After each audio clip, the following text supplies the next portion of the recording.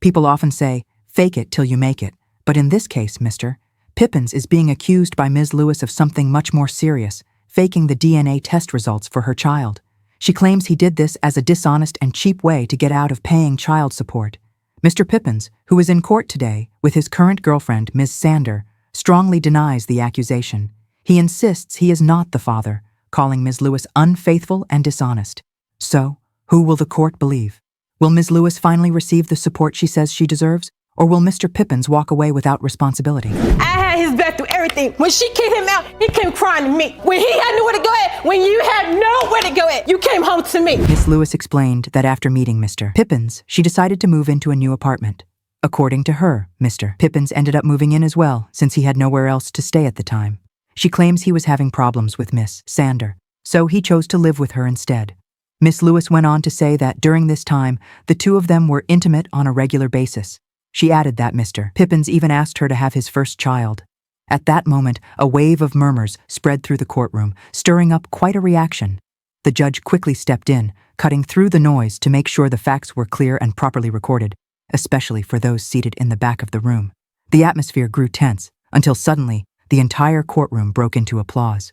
Fast forward to 2010. Again, I had moved into another apartment. He moved in with me because he had nowhere to go because them two were on the outs again. Mr. Pippins admitted in court that he did have a sexual relationship with Ms. Lewis, an unprotected one at that. So the big question became, why was he questioning the paternity of the child? He explained that when Miss Lewis became pregnant, he was not around. In his view, it was simply a matter of timing. According to him, he was living with Miss Sander during the period when the pregnancy occurred. But Miss Lewis wasn't about to let that claim go unchallenged. She told the court that she had proof to back up her side of the story. To support her testimony, she submitted a detailed timeline showing her window of conception, directly contradicting what Mr. Pippins had said. So you admit you were in a sexual relationship with Ms. Lewis? Yes, ma'am. Not using protection? Right. The evidence presented by Ms. Lewis indicated that her child was conceived around May 25th. However, Miss Sander testified that during that same period, Mr. Pippins was living with her. Because of this, she argued, it would have been impossible for him to be responsible for the pregnancy. As Miss Sander spoke, Ms. Lewis tried to interrupt from the background, clearly disagreeing with her statement. She argued that the two homes were only about 30 minutes apart, not hours away as some might assume. In fact, many people in the courtroom were surprised, believing the distance between the residences was closer to 3 hours. This evidence you've presented is to show that your child, Quayshawn, was conceived May 25th, around that area. Yes, ma'am. Miss Lewis told the court that she was not seeing anyone else at the time. She said she trusted Mr. Pippins because he had promised they would build a family together. To prove his commitment, he even gave her a ring. When she later informed him about the pregnancy, Mr. Pippins asked her what she planned to do about it. Miss Lewis responded that she was firmly against abortion. According to her, Mr. Pippins then told her that if she chose to have the baby, he would stand by her side and support her. But as she went on to say, she later discovered that those promises were nothing more than lies. I trust Mr. Pippin. He kept telling me we're going to be together, we're going to build a family, because he told me, I want you to have my kids. I'm coming home to you and only you. Because he had gave me a ring. He said, I'm coming home to only you, and I want us to build this family. This is when he asked me. Mr. Pippins explained that his doubts about paternity began when he saw Miss Lewis with her ex-boyfriend. That moment, he claimed, made him suspicious. He said he tried calling her, but when she didn't answer, he decided to go directly to her home. Miss Lewis, however, countered his story. She explained that the incident Mr. Pippins was talking about happened way back in December, a time when she wasn't even pregnant. At this point, Miss Lewis broke down in tears. Through her emotions, she told the court that the child doesn't even like Mr. Pippins because of how he treats him. According to her, he gives the child nothing but a cold shoulder. Then I tried to call her phone. She didn't want to answer her phone. Your Honor, so when I he went said- to the house, and by the time I got there, she was back to the house. So I asked her about it. Your Honor, the night he claiming he saw me with his boyfriend was in December of 2011. I wasn't even pregnant yet. At this point, Miss Sander stepped in, not only as Mr. Pippin's girlfriend, but also acting as his attorney. She claimed to have proof that Miss Lewis's child bore no resemblance to Mr. Pippin's. Her statement caused an uproar, with Ms. Lewis shouting angrily in the background, clearly upset with both Mr. Pippins and Ms. Sander. To support her argument, Ms. Sander submitted 2 photographs as evidence. One photo showed her own child with Mr. Pippins, and the other showed Miss Lewis's child. She pointed out that the children are only 1 week apart in age, yet according to her, there was no resemblance whatsoever between them. It was a bold claim, one that left many in the courtroom questioning the strength of her argument. After all, as some observers muttered under their breath, it seemed like someone might have skipped a few science lessons. Right. Look at my baby. He didn't ask to be here. You asked me to have him. And now he's here. You want to take care of him. Please explain, Ms. Sanders, what this evidence is. On the right side is my child that I have with Mr. Pippen. On the left side is her child.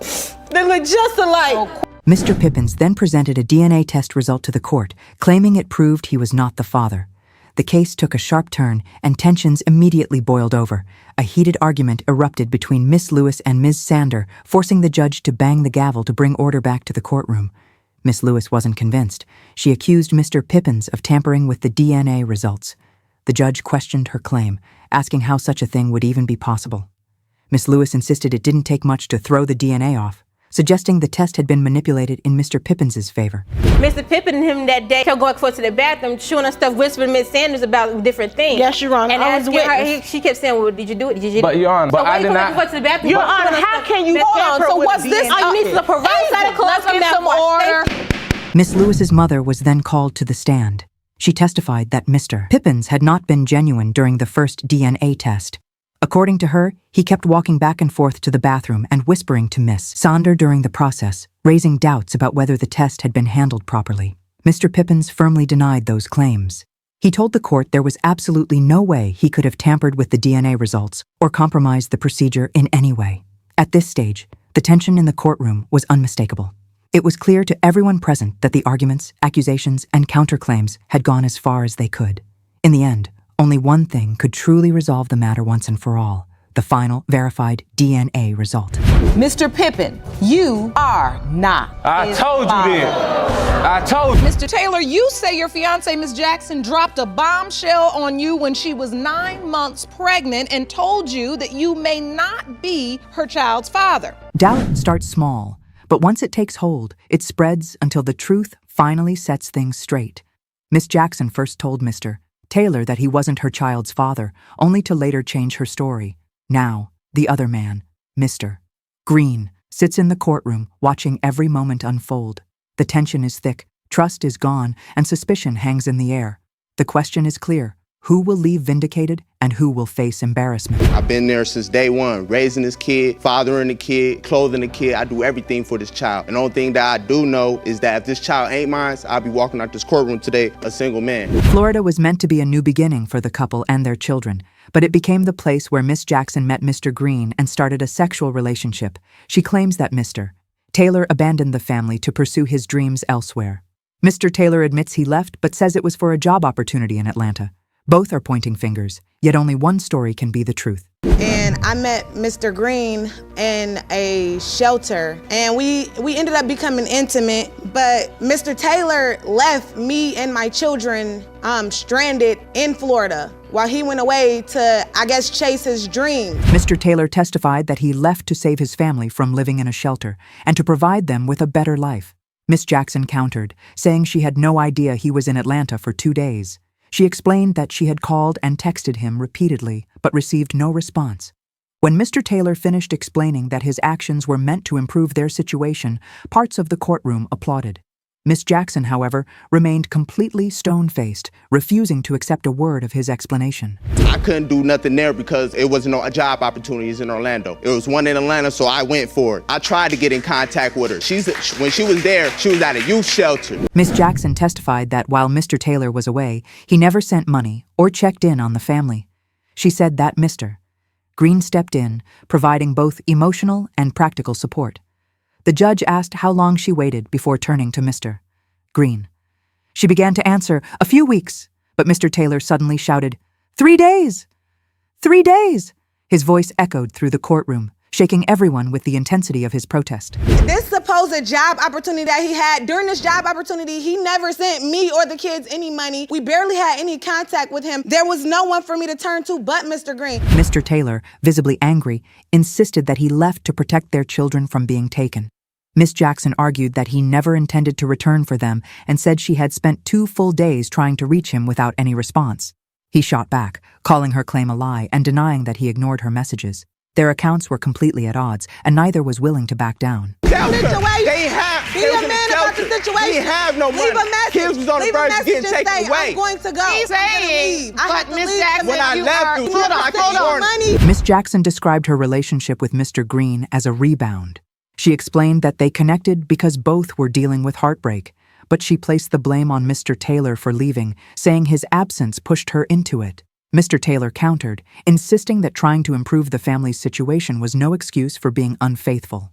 Now, the courtroom drama isn't just about the DNA test. It's a moral battle as well. Boyfriend and girlfriend? Yeah, or you wiped just up, having boyfriend and a girlfriend. sexual relationship? It was a rebound thing, Your Honor. It was a rebound. He was going through a situation with the mother of his child, and I was going through a similar situation with Mr. Taylor. Then Mr. Taylor revealed the timeline himself. He said he left on September 14th, and Ms. Jackson became pregnant on October 12th, just 1 week after he had left, based on the conception window. His statement struck directly at Ms. Jackson's credibility. Gasps echoed through the courtroom as the audience processed the timeline. With It nothing, would be you're exposed today. technically not together. You don't We have is to together. say we're So you saying- broke up for us to be done. So you saying if leave- your husband leave out of state for a job opportunity, Mr. Green finally took the stand to share his side. He explained that Miss Jackson told him Mr. Taylor had left to pursue a rap career.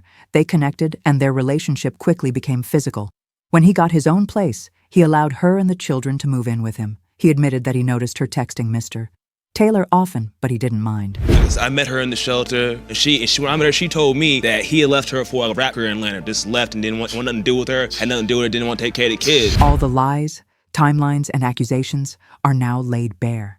The courtroom is tense as the judge reaches for the envelope. Only one piece of evidence can stop the arguing and finger-pointing: the DNA results. They will finally reveal the truth. Who is the real father and who will walk away with the last word? His biological father is Mr. Green.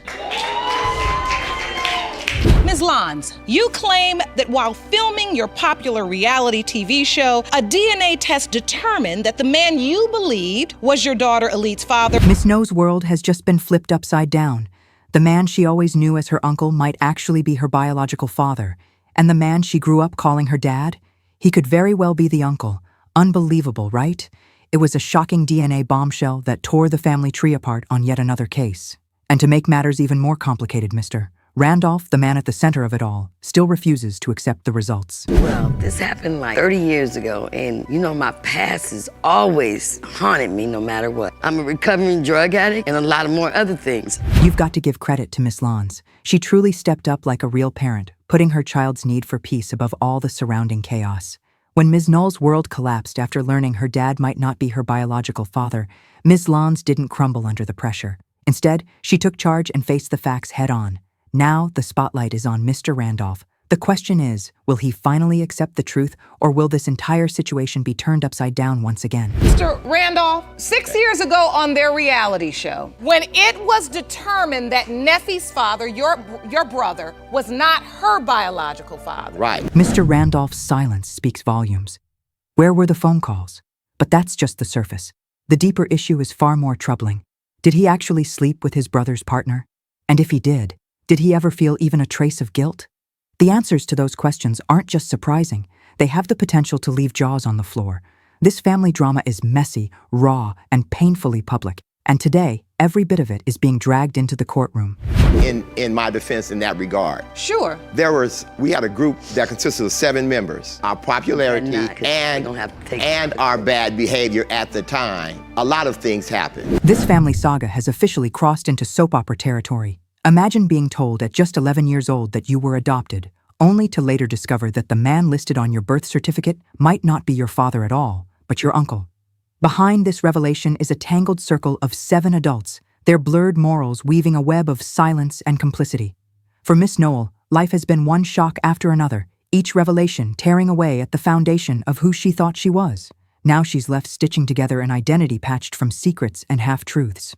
Tell me this doesn't sound like the script of a movie. Your birth certificate, were you able to look at it and see if there was a man listed, and if so, who that person was? Well, yeah, about 18 years old, my adopted mother felt that I was old enough, and David Noel was the guy on my birth certificate. Mr. Randolph has some serious explaining to do. The man listed on the birth certificate is no longer in the picture, and now all eyes and suspicions are locked on him.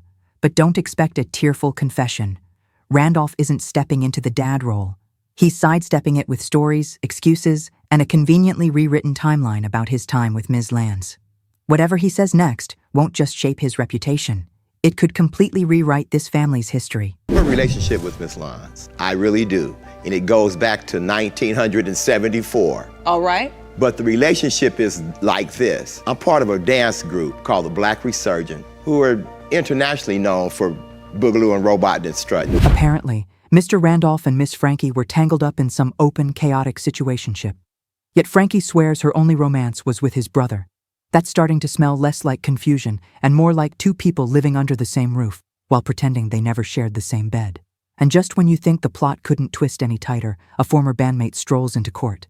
Will this new witness finally unravel the knot or just tangle it even worse? Relationship with Miss Lance? Yes, I did, Your Honor. You did. What was the nature of your relationship with her? We was a group back there and then, back in the day. We were one of the hottest groups on the circuit at that time coming up. And I was one of the guys that all the girls wanted. Just when you thought the plot had reached its peak, boom, Mr. Larry steps into the spotlight as yet another alleged dad. For real, how many contenders does one child need? The whole courtroom is blinking in disbelief like, okay, this is getting out of hand. Judge Lawrence has heard his fair share of wild stories, but this case? This one is practically begging to be the season finale of a drama series. Having children, and they are part of this band, extended family / village. Wouldn't a man then say, if I was intimate with her, could this child possibly be mine? This case is off the charts. After years of mixed-up family titles, blurred lines, and endless guessing games, only DNA can slice through the noise. Forget the rumors, forget the half-baked theories. The results are about to deliver the final word. It's judgment time. This mystery has dragged on long enough. Who truly fathered Miss Null?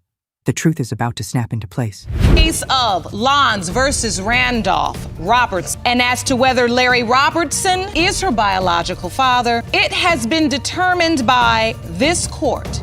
Mr. Roberts, you are not her father. Thompson, you are summoning Mr. McKinley to court to prove to him and his wife that he fathered your 6-month-old son, Legend. Mr. McKinley tried to minimize the situation, brushing it off as nothing more than an affair that went too far.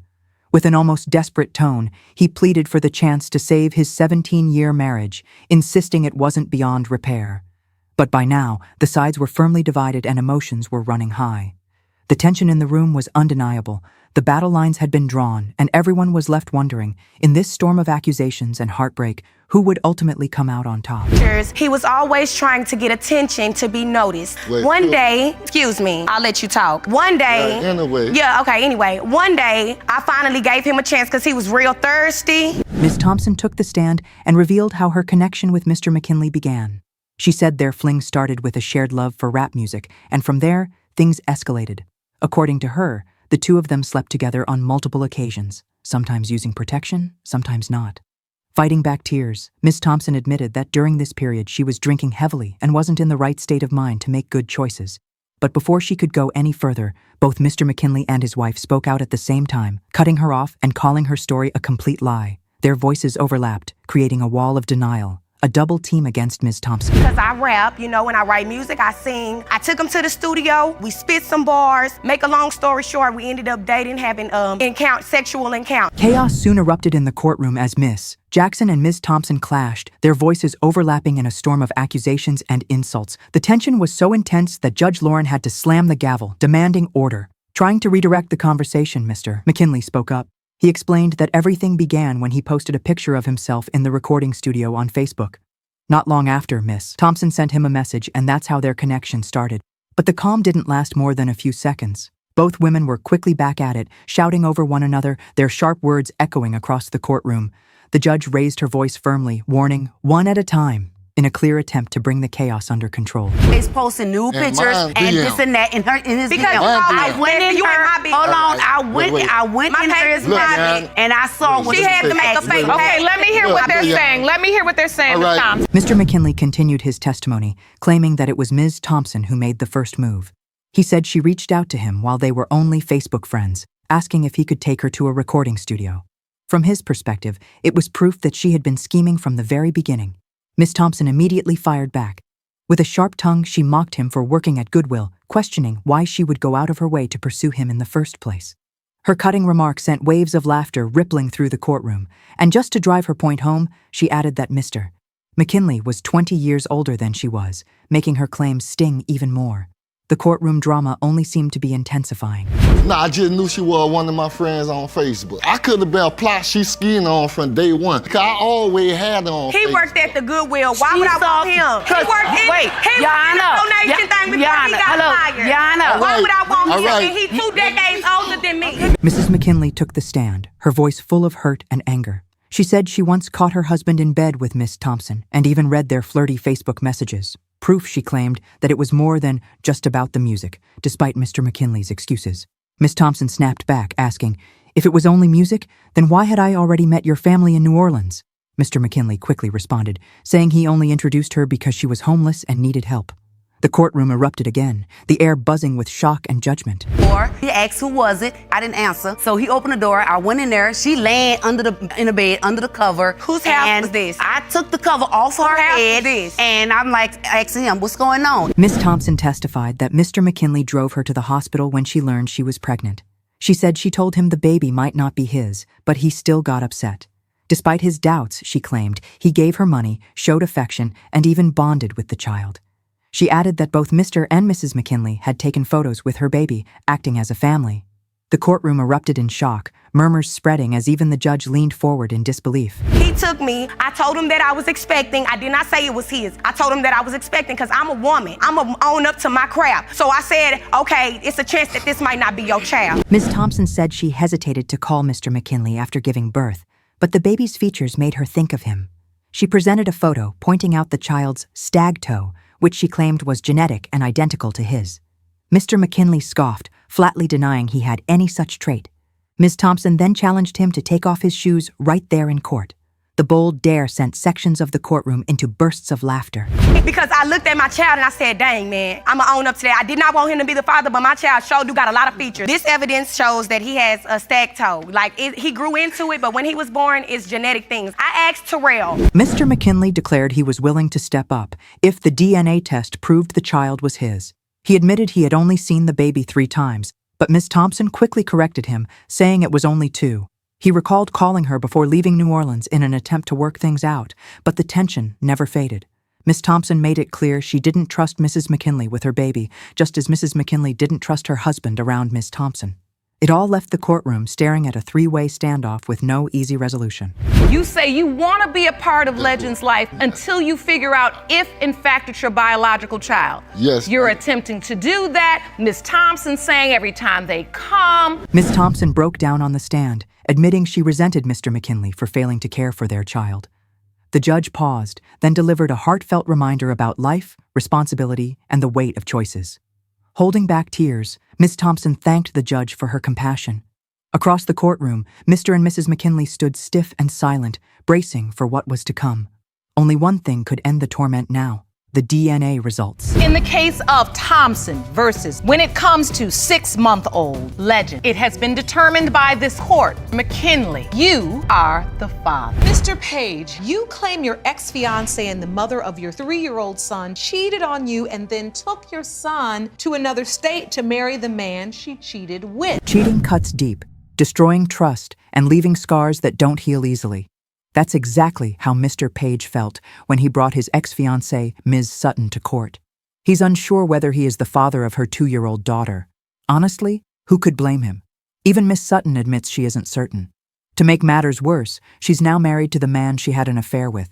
Will the DNA results finally give Mr. Page clarity, or will they shatter him completely? You are seeking a definitive answer when today's DNA results are revealed, so you and your husband can build trust in your relationship. Miss Sutton explained that after their child was born, Mr. Page was hardly ever home. She claims he spent his time drinking, smoking, and getting into trouble, which she says led her to cheat. Mr. Page, clearly frustrated, fired back that he was working 10-hour shifts every day to provide for the family. Miss Sutton, visibly upset, even kicked off her shoes during her testimony, insisting she heard about his wild nights straight from his friends. The courtroom was stunned. First of all, we have a 3-year-old son, and yes, he was there at the birth of my son. But the reason why I cheated, because you was never home. You want to do what you want to do, smoking, drinking. If I'm hearing you out doing all these things, why I can't go do it? Mr. Page stated that Miss Sutton never came to him with concerns about the rumors. Instead, she claimed she was too exhausted from her busy schedule. Then he shocked everyone by saying she had been unfaithful, adding, "You can't turn a hoe into a housewife." The courtroom collectively gasped at his words. Miss Sutton quickly defended herself, insisting she had only been with one other person. The judge immediately intervened, warning Mr. Page to choose his words carefully. Your Honor, she would always say, "I'm tired." Yes, you're right, you're tired by sleeping around. And then I told her one day... Sleeping around with one person? Yes, it don't matter how. How many people you sleeping around with? 0. Miss Sutton explained that when she first heard the rumors about Mr. Page, she didn't believe them, at least not immediately. She waited, biding her time, until she met the man who would eventually become her husband, the same man she had an affair with. Mr. Page accused her of distorting the truth.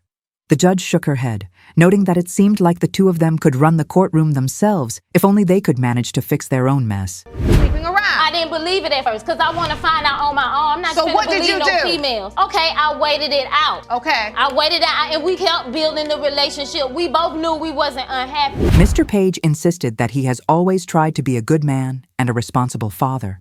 But then he revealed a shocking detail. He said he contacted Mr. Cooper, the other man, to ask if he had been involved with Miss Sutton. Mr. Cooper admitted that he had. At that point, Mr. Page said all the love he had for Miss Sutton vanished. He added that no man should ever have to learn about such a betrayal from someone else.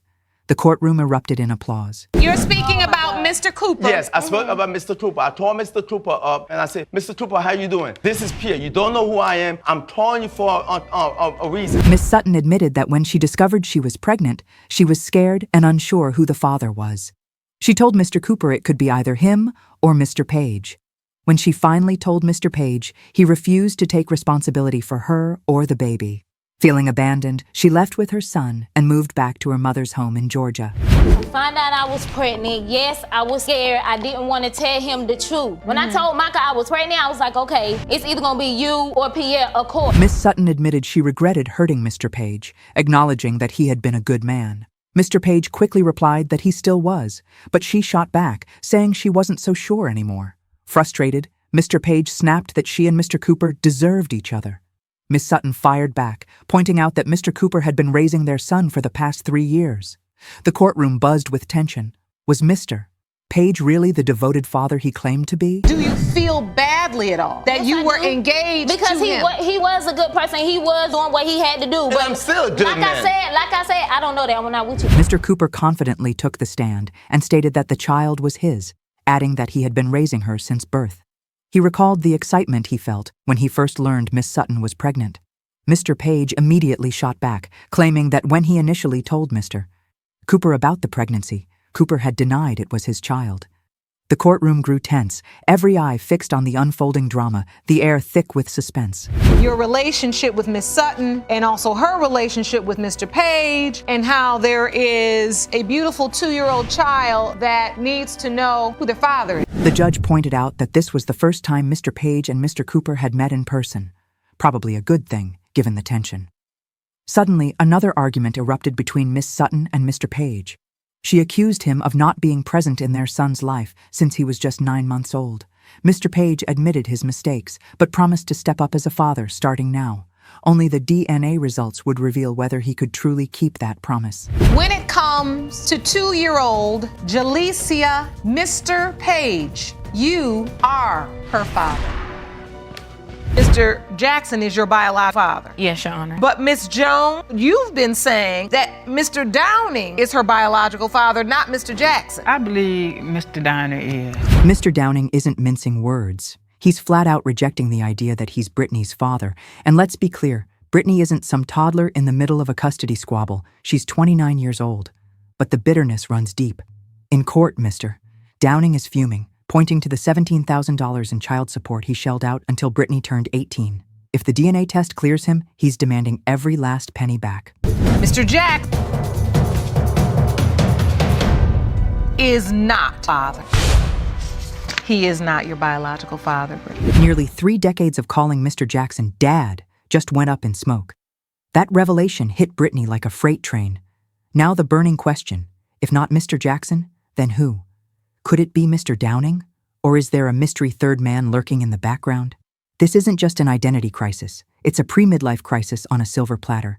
And through it all, one thing is undeniable.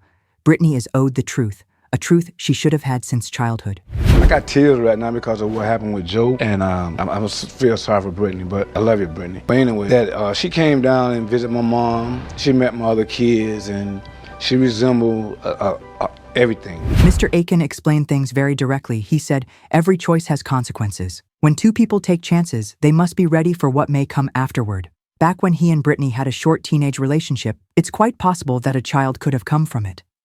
The surprising part is that Brittany only met Mr. Aiken again about 3 years ago. Because of that, her strongest bond is still with Mr. Jackson, the man she has always been closest to. But now the big question remains. Could Mr. Aiken actually be Brittany's biological father? Felt like he's not my dad. Really? Yes, Your Honor. So, Mr. Aiken, you feel like you are her biological father, and Brittany, you feel like he is not. Yes, Your Honor. Can you believe it? Even after everything that's come out, Brittany still feels strongly connected to Mr. Jackson. And honestly, that's not hard to understand. When you've called someone dad for almost 30 years, it's not easy to suddenly imagine someone else in that role. But now is the time to put emotions aside.